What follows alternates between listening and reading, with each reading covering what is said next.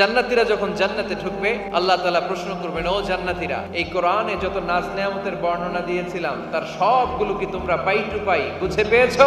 জান্নাতীরা বলবে পেয়েছি। হঠাৎ এক জান্নাতি হাত তুলে বলবে, আল্লাহ একটা জিনিস তো পাইনি। সবাই বলে পাইছি, তুমি পাও নাই। কি পাও নাই? কয় আমনেরই তো পাই নাই।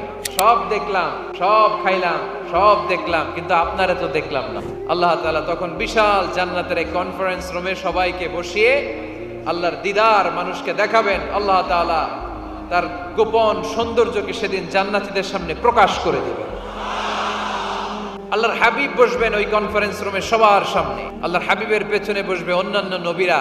ওই জান্নাতের কনফারেন্স রুমে আমরাও যেন বসার জায়গায় পাই, আল্লাহ তুমি তৌফিক দিয়ে দিও। আল্লাহ তাআলা অনেকগুলো নূরের পর্দার পেছন থেকে নূরের ঝলকানি মারবেন। আল্লাহ তাআলা সৌন্দর্যের বা নূরের ঝলকানির এক আলোকচ্ছটা জান্নাতীদের সামনে তুলে ধরবেন এক মুহূর্তের জন্য। কয় মুহূর্ত? আলোকচ্ছটা দিয়েই আবার নাই, আবার সরাই